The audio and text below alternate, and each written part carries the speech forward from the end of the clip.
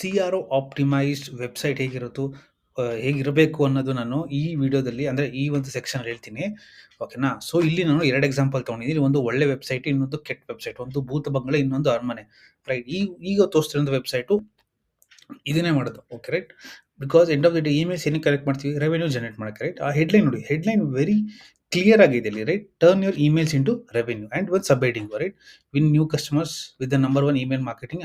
Single message ಬೇಗ sign up ಆಗೋಕ್ಕೆ ಒಂದು ಮೆಸೇಜ್ ಹಾಕಿದ್ದಾರೆ.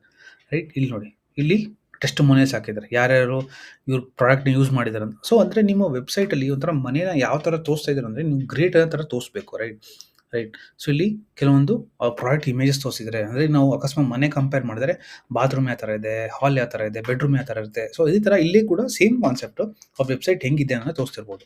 ರೈಟ್? ಓಕೆ. ಸೊ ಇಲ್ಲಿ ನೋಡ್ತಿರ್ಬೋದು ಎಷ್ಟು ನೀಟಾಗಿ ಮಾಡಿದ್ದಾರೆ ನೋಡಿ. ರೈಟ್? ಇದನ್ನು ನೀವು ಮೊಬೈಲಲ್ಲಿ ಸ್ಕ್ರಾಲ್ ಮಾಡ್ತಿದ್ರೆ ಎಷ್ಟು ನೀಟಾಗಿ ಕಾಣುತ್ತೆ ನೋಡಿ. ರೈಟ್?